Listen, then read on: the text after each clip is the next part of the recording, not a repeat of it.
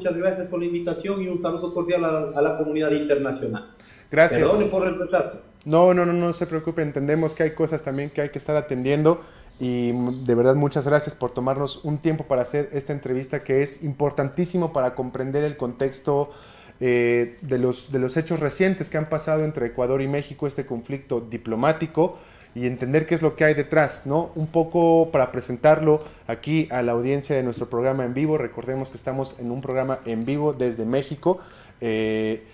Leónidas Issa es dirigente de la CONAIE, la confederación indígena más grande del Ecuador. Además, ha sido un activista defensor del territorio que por muchos años ha luchado en contra de megaproyectos, por muchos años ha luchado en contra de las políticas neoliberales, y la visión que nos puede ofrecer usted, compañero Leónidas Issa, sobre el Ecuador es valiosísima para entender cuál es el contexto político en el que sucede primero este asalto a la embajada mexicana en Quito y qué es lo que hay detrás, qué es lo que está en juego, y un poco la pregunta inicial es ¿por qué? ¿No? ¿Qué lectura tiene usted acerca de este asalto a la embajada mexicana en Quito? Bueno, querida comunidad internacional, hermanos mexicanos, mexicanas, creo es importante ir ubicando las reacciones, los hechos que está pasando en nuestro país, en nuestra Latinoamérica. Primero creo que hay que situar a nivel global las disputas que se tienen a nivel del control global, la geopolítica, y de ello derivan sobre todo los efectos directos a los países de tercer mundo. Y los países de tercer mundo, lógicamente, están controlados bajo las políticas neoliberales, las presiones del Fondo Monetario Internacional, y nosotros tenemos que lidiar en el día a día todo aquello. En ese transcurso, en la intencionalidad de cambiar la realidad continental, se han dado gobiernos progresistas, de izquierda, las revoluciones que se dieron en los últimos 50 años, la revolución de Cuba, Nicaragua, todo aquello, ¿no es cierto? Y en estos últimos tiempos, la llegada al poder a través del voto electoral por los diferentes gobiernos de turno. Y cómo en ese proceso han logrado mancillar el proyecto político desde la izquierda, desde el progresismo, a partir de los actos naturalizados por parte de la derecha institucionalizada durante toda la vida. Claro. 200 años de vida republicana, mi país, ¿cierto? En esa posibilidad. Ahora también tenemos que reconocer, los que se autodefinen de izquierda al ser el gobierno, en muchas veces han cometido o los mismos actos, han corrompido la política, y que eso acaba empañando, embarrando los procesos de lucha, los procesos de reivindicación, los procesos de transformación. Claro. Entonces, si hay un hecho de corrupción en gobiernos de izquierda, es mucho más letal, porque finalmente somos los que luchamos contra aquello, y cuando es identificado, lógicamente es arrastrado.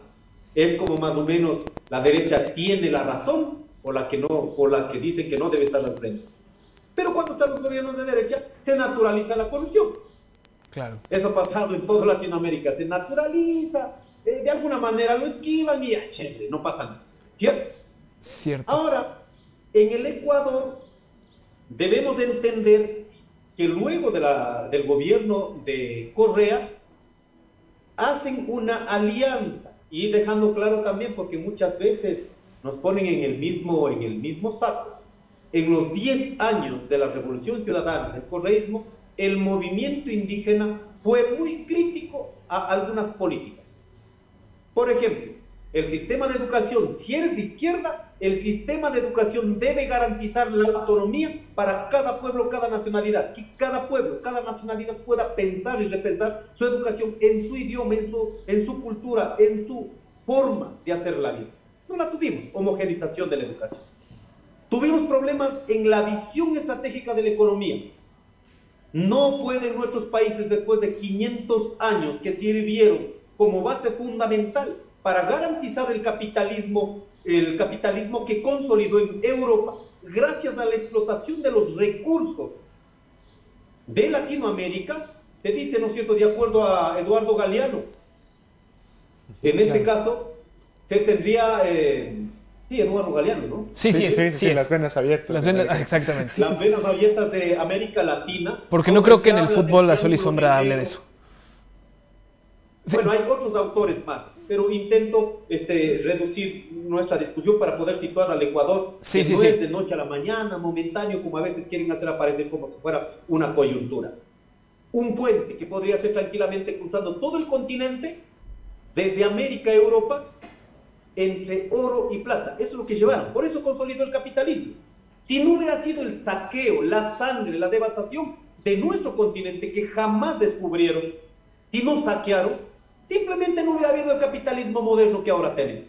Claro. Así de concreto es la historia de la humanidad. Ahora, nosotros tuvimos esta visión, creo que pasa, esta es una pelea continental. ¿Cierto? Los países del norte chupan los recursos naturales de los países del tercer mundo. Te vuelven dependientes a través de un crédito del Fondo Monetario Internacional. Suben los intereses, no puedes pagar, entonces estás condicionado a resolver ese problema económico con créditos para pagar los mismos créditos. Y a cambio de eso, recursos naturales. Eso sucede. Y nosotros habíamos propuesto en la visión plurinacional del Estado ecuatoriano que no se puede avanzar después de 50 años de explotación petrolera, no se puede avanzar a la otra era de la explotación minera. Ahí tuvimos problemas con el gobierno de Correa. Luchamos los primeros criminalizados y no luchamos por gobierno, luchamos en el modelo de vida, claro. Luchamos en el modelo económico, ¿cierto? Por supuesto. Ahora, desde el gobierno de Lenín Moreno, Guillermo Lasso y ahora Lenín Moreno, se profundiza las políticas neoliberales.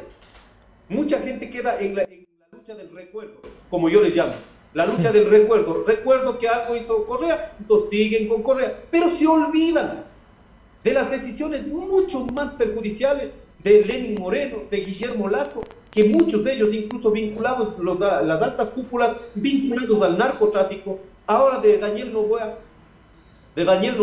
que está bajado la cabeza, ¿cierto?, y aceptando la imposición del Fondo Monetario Internacional.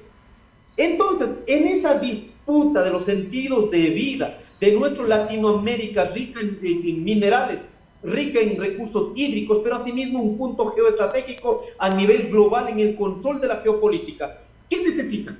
Países como la nuestra, países como el Ecuador, países como Perú, Colombia, necesitan gobiernos sumisos, gobiernos que estén alineados de estas políticas que no han dado beneficio para la humanidad. Más bien lo que han hecho es generar condiciones de absoluta pobreza. En ese proceso gana el gobierno de Noboa, lógicamente polarizando correísmo, anticorreísmo y toda la derecha, que incluso en este momento están radicalizados en el país. Tienen una actitud fascista, moralmente indican su repudio a lo que pensamos diferente.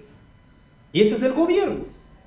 Como miramos que en este momento, después de los primeros 4 meses del gobierno nacional, no logró implementar su famoso Plan Fénix, el control de las cárceles, control del crimen, control del narcotráfico, no logró.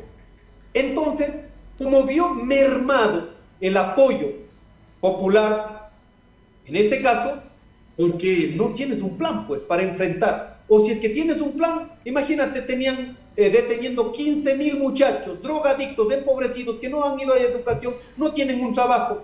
15.000 muchachos. De los 15.000 muchachos, ¿cuántos quedaron vinculados al supuesto narcotráfico, al crimen organizado? 250.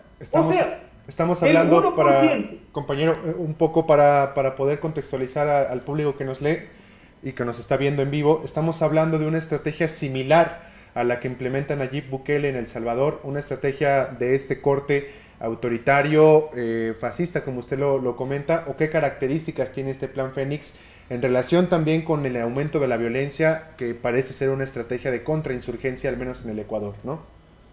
Sí, solo permítame que haya llegado a profundizar este tema, voy a intentar hacerlo más rápido. De los 15.000 muchachos, el 1% quedan detenidos o vinculados, o sea, el 99% solo significó para montar el show, para montar el escenario del terrorismo, para montar el escenario del narcotráfico, del crimen organizado, a la cual hay que combatirla. Con eso eliminas derechos humanos, radicalizas, tienes una posición fascista que seguramente te ha pasado en los países, ¿no es cierto?, que de alguna manera tuvieron gobiernos progresistas. Pero además de eso, Ahora, como veo mermado esa estrategia, porque no ha funcionado, no tienen réditos en ese control de la inseguridad, ahora dice muy bien, estamos en un show.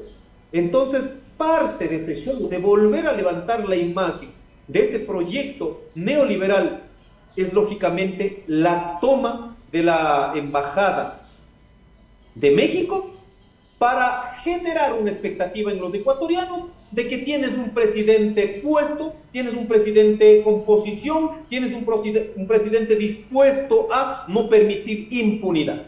Lógicamente tiene asidero, pero sin pensar en el daño que como ecuatorianos estamos haciendo a nivel mundial, a nivel internacional. Entonces, yo creo que en esta estrategia es tres cuestiones, rápidamente. Uno, mezclar, ¿no es cierto?, generar una distorsión de la realidad para confundir a los luchadores sociales como nosotros, movimiento indígena, campesinos, agricultores, que estamos luchando contra el extractivismo, para decir, no, estos son los terroristas. Y es más, ustedes seguramente escucharon Palo Quemado, Las Pampas, metieron 1000 efectivos entre policías y militares. ¿Cuántos viven ahí? 1200 personas. O sea, una persona por un militar o policía por cada familia. ¿Se puede imaginar en qué nivel estamos? Y en ese proceso 72 compañeros criminalizados criminalizados por terrorismo. Mientras se están dando la matanza en Guayaquil, en Santa Elena, crímenes vinculados al narcotráfico. Entonces, el primer punto es vincular de alguna manera a los hechos reales que genera el narcotráfico, el crimen organizado, pero ahí mismo logran confundir con los derechos, con la lucha de los pueblos indígenas. Segunda cuestión, ¿qué están buscando esta gente? Simplemente decir que el movimiento indígena está favoreciendo a la minería ilegal. Cosa absurda. Y la tercera cuestión, imponer los proyectos estratégicos que benefician a la familia del presidente. Entonces, en ese contexto se dio la toma de la Embajada de México por parte del gobierno nacional sin pensar en los efectos internacionales a la cual en este momento estamos atribuidos a esta crisis diplomática a nivel internacional. Perdona que haya hecho largo. No, está muy bien. Y justamente un poco saludándote desde acá, desde los territorios mexicanos, a veces es poca la información que nos llega del Ecuador y a veces el entendimiento que tenemos de las fuerzas políticas en ese lado de nuestra Latinoamérica, pues no alcanzan a permear digamos, en el entendido de todas las personas que nos ven y que nos escuchan de este lado del hemisferio norte, ¿no? Entonces queremos preguntarte, o si nos pudieras a nosotros y a toda la audiencia que nos está escuchando, hacer un breve panorama de cuál es la correlación de fuerzas. Ahorita ya lo empezabas a mencionar en esta explicación que nos diste, ¿no? Pero ¿cuál es la correlación de fuerzas que existe políticamente activas en el Ecuador? ¿Y cómo podemos ir entendiendo y desenmarañando toda esta cuestión que a kilómetros de distancia nos suena muy raro, como empezando la victoria de Correa, después pasando por la traición de Lenín Moreno o lo que haya pasado ahí, y de un referéndum próximo que viene? Entonces, si nos pudieras ir ayudando a entender como esta línea de tiempo y esta correlación de fuerzas políticas que se han desarrollado, cómo están funcionando, cómo interactúan y por qué tiene que ver el ataque a la Embajada de México, un poco como ya nos lo mencionabas. Mire, desde hace 10 años, más de 10 años, 17 años, 18 años, han logrado instalar no un debate político ni ideológico. O sea, sería bueno, ¿no es cierto?, la perspectiva de la izquierda, del progresismo, del socialismo, como quieran llamar, y la perspectiva del capitalismo, del neoliberalismo. Un debate que es necesario, porque finalmente los saltos cualitativos que dan las sociedades es a partir de la política concreta o de la vida concreta. Pero no. Aquí se ha objetivizado una disputa del correísmo anticorreísmo.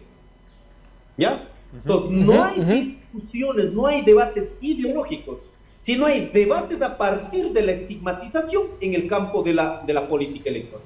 Correísmo, anticorreísmo, correísta. Punto. Bueno, no hay nada más que hablar, eres correísta y ya. Por ejemplo, yo jamás he participado en la decisión en las políticas de Correa, jamás. Pero soy un hombre de izquierda. Y yo creo en la transformación del mundo, de Latinoamérica. ¿Por qué? El correísmo cometió horrores y errores a los luchadores sociales. Esto no se hace. Los que estamos en el campo de la izquierda. Y es más, en este último periodo creo que es cuestionable si los 50 votos de la Revolución Ciudadana no votaban en los proyectos privatizadores de Daniel Noboa, seguramente no se tenía en este momento garantizado todo el aparato neoliberal. Pero finalmente, porque le dicen que son, a mí me dicen radical, que me sigan diciendo, pero yo no cuido las posturas, simplemente actúo en la realidad. Y en ese proceso, ¿qué ha pasado? La derecha se ha radicalizado, y con votos de los moderaditos, que dicen que son de izquierda, acaban imponiendo las decisiones radicales de la derecha. O sea, no estamos entendiéndole. Entonces, ¿ahora en qué estamos entramados? 17 años de discusión, correísmo, anticorreísmo, no hay un debate ideológico. ¿Quién se beneficia de ese debate a partir de la estigmatización en el campo político del correísmo, anticorreísmo? Los únicos beneficiarios son la derecha fascista, claro. la derecha radicalizada, y en este caso los que sostienen la política neoliberal. Esa es la realidad de mi país. ¿Y en qué se montó Daniel Noboa? En este discurso de odio del correísmo, anticorreísmo. Claro, mucha gente del sector de la izquierda no quiere ser correísta. Son de izquierda, pero no quieren ser correístas. ¿Por qué? Porque cometieron actos que no se deben hacer, al menos cuando está en este caso. ¿Por qué? Entonces, ahora como necesitaban dar golpe al correísmo más de lo que ya está, lógicamente vieron la oportunidad en la Embajada de México, porque México dio el asilo político, recurriendo a un derecho internacional. ¿Cierto? Entonces ahora se sale en el Ecuador. El discurso no es que están preocupados por violar el derecho internacional de ingresar a una casa de una embajada que es inviolable. No, no, no. Aquí se ha posesionado que no. México estaba protegiendo a delincuentes. Imagínate. Sí. México estaba protegiendo a personas sentenciadas. No impunidad. Y eso es todos los días aquí en el Ecuador. No se ha posesionado la relación diplomática e institucional del Ecuador con el mundo. Aquí pareciera que no hay una afectación en ese nivel. Nosotros somos los preocupados. ¿Ya? Entonces, por eso decía, los actos de corrupción en todos los gobiernos de turno, pero los más letales es cuando cometen, en este caso, los que dicen ser de izquierda, porque cuando son de derecha finalmente naturalizan aquello. Por ello en este momento no se ha logrado situar la discusión, las políticas neoliberales como efecto directo a la sociedad y la propuesta de los sectores populares del movimiento indígena como una alternativa a esos mecanismos de imposición. Entonces, en un momento tan jodido necesitamos un debate para clarificarnos, si no quedamos en el odio, en el debate del odio que han instalado la derecha radicalizada en el Ecuador. Compañero, preguntar justamente en esta lectura y en esta, digamos, crítica no solamente hacia la derecha, que es evidente y que compartimos, sino también hacia el campo popular, progresista, de izquierda, que es muy diverso, como ya lo señala. Preguntar, ¿no?, ¿cuáles son realmente las condiciones que existen en el Ecuador y a lo mejor en el continente para poder radicalizar las posturas progresistas que hay en algunos lados, y en otros lados hay un avance de la derecha? Y a la vez, concretamente en Ecuador, ¿cuál sería como el punto estratégico a tomar en este momento? Porque, pues bueno, no es Correa quien está ahora en el gobierno, es Daniel Noboa, es la herencia de Lenín Moreno, y es este proyecto neoliberal que en parte parece ser, no sé, la lectura que usted tenga, es más agresivo que los gobiernos anteriores, ¿no? Totalmente de acuerdo. Mire, esta es la tesis que ahora nosotros hemos instalado en el Ecuador. No se puede quedar de moderado cuando la derecha ecuatoriana, seguramente continental, han radicalizado. Argentina los radicalizó. Vamos revisando los países que antes tenían gobiernos progresistas, ahora están mucho más radicalizados. En ese proceso, los de la izquierda, ¿qué tenemos que hacer? Convertirnos en socialdemócratas, convertirnos en este caso en articuladores o en vehículos que beneficien a estas políticas neoliberales para que no nos digan radicales. No, y yo creo que hay que radicalizar. El progresismo, la izquierda, el socialismo debe radicalizar. ¿Qué significa radicalizar? Que nosotros hemos propuesto aquí en el Ecuador. Si en el acuerdo con el Fondo Monetario Internacional están diciendo que Señores, necesitamos resolver el problema del fisco. Para resolver el problema del fisco hay que vender las empresas públicas de los ecuatorianos. ¿Qué tienes que hacer? Tienes que defender con radicalidad para que no se permita la privatización. Eso es radicalizar. Si la derecha está diciendo hay que acabar con las empresas públicas, su política radical, nosotros tenemos que defender con radicalidad, no vender las empresas públicas. 8. Si me está diciendo las políticas neoliberales, si la derecha está radicalizada, está diciendo hay que generar una política de flexibilización laboral. En este momento se está consultando en el Ecuador para pasar a la jornada laboral para pago por hora. O sea, volvemos a 1962, cuando el mundo estaba discutiendo los derechos de los trabajadores. Jornadas laborales hasta 8 horas, que garanticen condiciones mínimas para los trabajadores. Y resulta que ahora, después de más de 50 años, vuelven a proponer que tiene que ser aperturado. ¿Cuánto quieren que trabaje? 8 horas, 10 horas, 12 horas. Y lo peor de todo, no es que van a trabajar como una jornada laboral, sino cuando ellos necesiten. Claro. Flexibilización laboral. Si la derecha radicalizada en el Ecuador, en el continente y en el mundo están diciendo que hay que hacer esto, ¿qué tiene que hacer una postura de izquierda, una postura progresista? Hay que radicalizar para defender los derechos que hemos ganado en la historia de la humanidad. ¿Por qué tienen miedo a radicalizar? Hay que radicalizar. Otra cuestión. En el Ecuador nosotros somos productores de petróleo. Por lo tanto, también tenemos beneficios sobre lo que produce el petróleo. Entre lo que producimos, el barril de petróleo para vender crudo o lo que también transformamos en el Ecuador. Aquí se ha llamado subsidio. Si la derecha ecuatoriana, los que necesitan impulsar en el mercado la especulación y que la especulación sea el patrón para generar más ganancias, porque eso es lo que están haciendo. Generar la especulación en el mercado y que las empresas ganen por especulación, más no porque tiene control el mercado.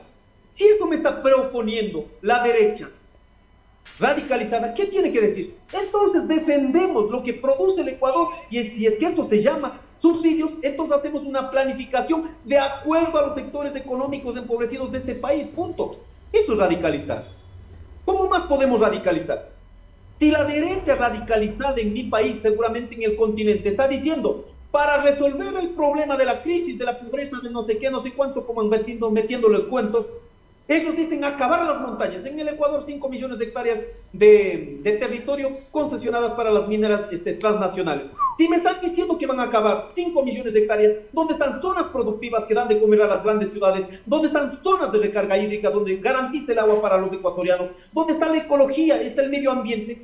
Si eso me están diciendo la derecha radicalizada y que me están mandando militares a una consulta supuestamente previa con fusiles, con militares, con policías, una derecha radicalizada, ¿qué tiene que decir la izquierda radicalizada? Señores, respetamos la autonomía, la autodeterminación de los pueblos, que sea ese territorio la que defina si avanzar o no avanzar en el extractivismo. Eso tiene que ser una postura radicalizada de los de la izquierda. Pero ¿qué pasamos aquí?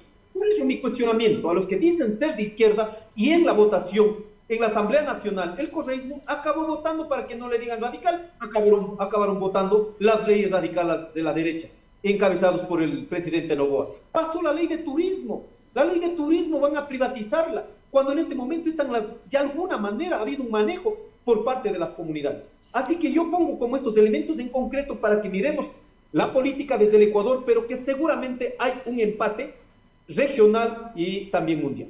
Leónidas, un poco a partir de lo que nos cuentas, ya tenemos como más claro el panorama tanto político como geopolítico que está allá, pero actualmente el gobierno de Daniel Noboa es más tirado hacia la derecha, y a esta derecha neoliberal, y por ejemplo nos interesaría mucho saber cuál es la reacción del pueblo, cuál es la reacción de la gente ante este gobierno, por ejemplo, y saber un poco cómo se ha tratado el tema del allanamiento a la Embajada de México allá por los medios mismos de Ecuador. O sea, ¿cuál es el ambiente generalizado? ¿Cómo está respondiendo la ciudadanía? ¿Y qué respuestas podríamos esperar? Mire, yo creo que la postura política ideológica de Daniel Noboa es de derecha y extrema derecha. Aunque en el discurso puede decir que soy de la mitad, social, de lo que quieras.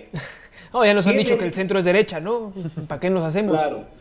¿Qué define a una persona, a un conglomerado? ¿Qué define su postura política ideológica? condiciones materiales de vida. Si yo soy el hombre o parte de la familia más rica del Ecuador, voy a gobernar para esa familia. Es la condición material de vida la que condiciona tu posición política e ideológica. Eso no la digo yo, eso está intrínsecamente relacionado a las luchas de clase a nivel histórico de la humanidad. Entonces, a partir de aquello, el presidente va a instalar las políticas neoliberales. Y en este momento, ¿cómo estamos nosotros, ya en términos de ecuatorianos, cómo se ha desarrollado nuestra posición política? La mayoría de los sectores populares, los medios alternativos, los medios comunitarios, los medios populares, hablo de medios de comunicación populares comunitarios, sectores populares, hemos dado nuestro respaldo, en este caso a la Embajada de México, al pueblo de México. No puede ser agredido por nadie. Ningún país puede agredir a otro país. Y hemos rechazado, pues lógicamente, una actitud del presidente Daniel Noboa. Es que esto nos deja con una preocupación, no simplemente a nivel diplomático. Perdóneme decir, aquí no es un problema solo diplomático. Y en términos reales de lo que significa, afecta la relación comercial entre los dos países, afecta nuestra relación de cooperación económica, afecta nuestra relación, en este caso, por las mismas imposiciones de las políticas neoliberales. Hay un fenómeno migratorio a Norteamérica. ¿Y por dónde pasa? Lógicamente pasan por el suelo de México. Incluso ahora en el día estaba viendo un comunicado por la situación con la Embajada de México del 6 de abril. Incluso los coyoteros habían incrementado el precio de traslado en la frontera. ¿Se puede imaginar? Wow. Hasta ese nivel ha generado la reacción. Eso está en las noticias de acá. Seguramente cuántos ecuatorianos están siendo extorsionados por esta gente. Claro. Y como retaliación. Entonces, un presidente que no haya dimensionado aquello, imagínate, es gobierno, y que ahora están pidiendo ser sancionados. Por ejemplo, yo, por más cuestionamiento, vea, todo lo que tengamos que hacer al presidente ecuatoriano, un juicio político, lo que sea, pero yo, por ejemplo, no quiero que sea sancionado mi país. Claro. Entonces tenemos que estar lidiando por una actitud irresponsable del presidente de la República para congraciar con Norteamérica. Eso es lo que está haciendo, congraciar con Norteamérica, y resulta que el efecto ahora, si es que sancionan, ¿a quién viene? Al pueblo ecuatoriano, por la cual tenemos que decir, rechazamos la actitud del presidente de la República, pero no queremos que seamos sancionados como país en el mundo. Entonces debemos dimensionar que aquí la situación de México, nuestra relación con el pueblo mexicano, no queda solo en la relación diplomática entre las autoridades, sino el efecto traslada a la ciudadanía, traslada a la sociedad, traslada a la economía, que eso es prácticamente la que tenemos que vigilar con cuidado para que no se rompan más de lo que ya está. Claro. Compañero, preguntar justamente en este contexto, digamos, de tensión entre ambos países, quisiera como adelantar a lo mejor dos preguntas, ¿no? La primera es el papel que está jugando Estados Unidos en todo esto, ¿no? O sea, entendemos que fue justamente un miembro del Departamento de Estado, del Departamento de Seguridad, a verificar políticas de seguridad, alianzas, cooperación con el gobierno de Daniel Noboa, a partir de los lamentables hechos después de la toma del canal público que resonó hasta acá y de la sublevación en las cárceles, y también cómo este tipo de acciones ya en el campo popular, en el campo de la ciudadanía, están dejando parado a Daniel Noboa en la próxima consulta del 21. ¿No?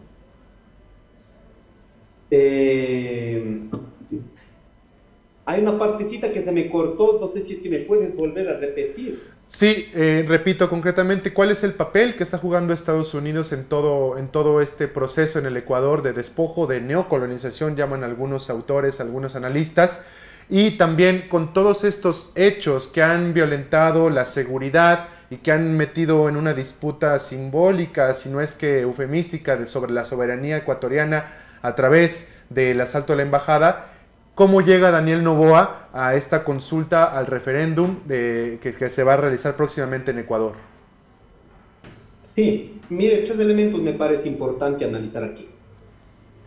Primero, para que el Ecuador en este momento estemos en una disputa, en una polarización, es la agenda de Norteamérica. La responsabilizo directamente al embajador. ¿Ya? Quienes ellos han incidido en todo el sistema judicial de mi país. El señor Patrick, él salió sin pena ni gloria a decir, tales generales coroneles están vinculados al narcotráfico, al crimen organizado. ¿Qué esperaríamos nosotros si es que esa información lo tiene el embajador de Norteamérica? Muy bien, entonces colabora hasta que se resuelva. No, dejo lanzado como un pasquín político, entonces ahora viene la reacción del sector popular, entonces le exigimos justicia. ¿Cierto? Claro. Sobre eso montan todo el control del sistema judicial, sobre todo controlar desde el Ejecutivo, y viene la segunda parte. Mientras esto sucedió en tiempo de Guillermo Lazo, seguido de aquello, en esta idea de seguir imponiendo esta geopolítica a través del Fondo Monetario Internacional, viene la señora Laura Richardson, ¿cierto? Esto fue conocido para el mundo. Ella no está analizando de pronto, mire, qué problemas tiene el Ecuador, tiene problemas de inseguridad, problemas del narcotráfico. No, ellos primero lo que están preocupados es sobre el control geopolítico de la región, ¿cierto? Entonces, en México, no sé cuántas bases militares tienen en México, 9, 10, no. Colombia 8, 9, Perú otro tanto, en toda la región 42 bases militares. Entonces, ¿qué necesita? Que eso sea una norma controlada por Estados Unidos, ¿cierto? Y la señora Richardson dijo, 3 cosas le interesa de Latinoamérica. Primero, el control de los recursos naturales, minerales y todo aquello. No estoy inventando, escuchemos, metamos a Google y claro, seguramente vamos a encontrar las declaraciones de la señora. Segundo, ¿qué dijo? La zona más rica en recursos hídricos, el agua, está en Latinoamérica. En este caso, la reserva del Guaraní, que conectan los 3 países. Por lo tanto, tiene que ser declarado una necesidad de declarar en emergencia y de cuidado. No está diciendo los países locales, no, está diciendo Norteamérica. Claro. Y la tercera cuestión que dice que Latinoamérica juega un papel fundamental en la determinación en la geopolítica. Entonces, el Ecuador, ¿para qué necesita? Un coche trasero, una cochera trasera para poner una base militar y que eso me permita pelear con posición a nivel de la geopolítica. Entonces, hay quienes, por un lado, el embajador te acaba poniendo la agenda a nivel del Ecuador, imponiendo una lógica, no han logrado comprobarla. Por otro lado, la comandante del Comando Sur dice cuáles son los intereses, y finalmente en ese trayecto, ¿no es cierto?, hay esta disputa con la embajada México-Ecuador-México. Claro. Aquí hasta indicamos una actitud hipócrita, claro, porque a la vez que demoraste, creo que 24 horas demoraste en pronunciar como Norteamérica, y a la cola salió a decir que también rechazaba la actitud del Ecuador, pero por el mismo estás apoyando con todo lo que signifique paramilitarizar mi país. ¿Qué tal? Claro. Entonces, creo que el papel que en este momento nuestros gobiernos han permitido es que jueguen como casa de nadie, como si no tuviera propiedad nadie. Norteamérica entra, hace lo que les dé la gana y no hay posibilidad de reacción. ¿Eso sabe cómo se llama? Se llama ceder soberanía. Y yo creo que ni Norteamérica, claro, ni México, ni Ecuador, ni ningún país del mundo puede ceder soberanía. Lo que sí se puede es colaborar con esos países. Pero aquí no hay una colaboración, hay una imposición. Cuando se dicen estas cuestiones, lógicamente hay una reacción de repudio, de achaque, de estigmatización a los dirigentes que hemos mantenido en esta línea firme. Leónidas, se nos empieza a terminar el tiempo que tenemos disponible para esta entrevista, pero no quisiéramos irnos sin antes preguntarte un poco sobre el ambiente entre la gente de a pie en el Ecuador, la gente que va al mercado, las personas que venden plátanos, nos comentaban aquí en el chat de la transmisión, que estamos transmitiendo en vivo vía YouTube. Eso, la gente, los choferes, los trabajadores, ellos ¿qué opinan? ¿En dónde están? ¿Cómo están sintiendo todo esto? Y perdón, agregar también justamente con este análisis sobre lo que siente la gente de a pie, el obrero, el chofer, como decía Arturo, agregar cuáles son los ánimos, que era como la otra parte de la pregunta anterior, hacia la consulta del referéndum que se viene en Ecuador y cuál es el momento político que se va a vivir, ¿no? Sí, yo creo que los ánimos de la gente en este momento, según las encuestas, el primer problema es la inseguridad. O sea, Ujú.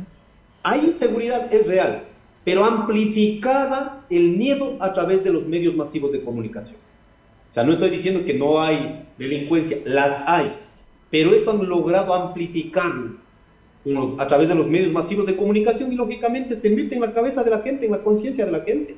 Nosotros, por ejemplo, de alguna manera tenemos un nivel de control territorial, ni las mafias, ni el narcotráfico, ni el crimen organizado, ni la delincuencia común y corriente, porque hemos logrado consolidar gobiernos comunitarios que tienen que tener control de su casa, de sus territorios.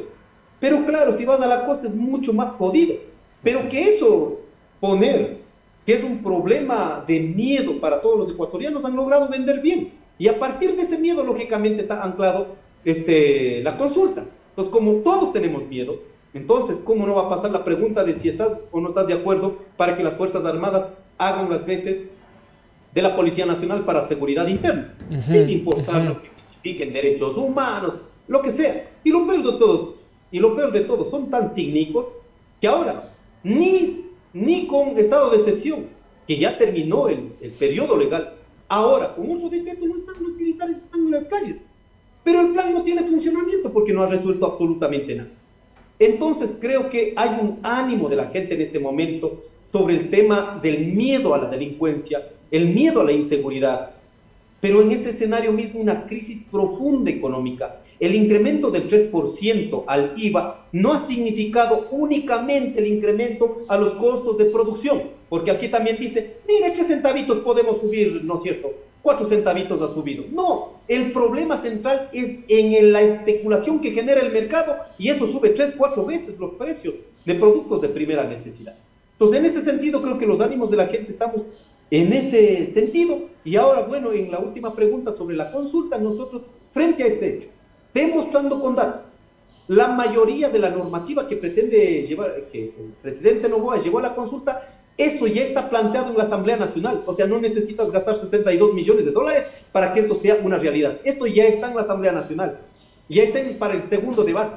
Lo único que tiene que hacer es instalar la Asamblea, exigir que debata en el Pleno de la Asamblea y ya está.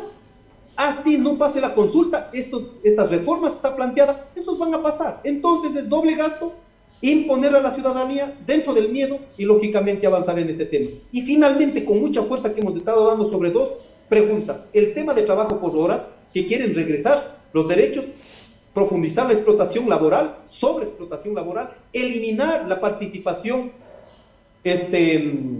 ¿cómo se llama?, de las aportaciones para mantener en el sistema de seguridad social. ¿Cuánto aporta la patronal? ¿Cuánto aporta el Estado? ¿Cuánto aporta, en este caso, los trabajadores? ¿Cómo va a quedar ese sistema? Ese sistema va a caer. Porque ¿cómo vos vas a pagar por horas y cómo vas a calcular el 11º sueldo, los sueldos que están regulados en el Ecuador? ¿Cómo se va a calcular el aporte para mantener el sistema? No va a haber, porque no van a tener ni siquiera condiciones para completar para un sueldo. Están pensando en esa locura, en este caso las clases radicalizadas de la derecha. Y finalmente sobre el tema de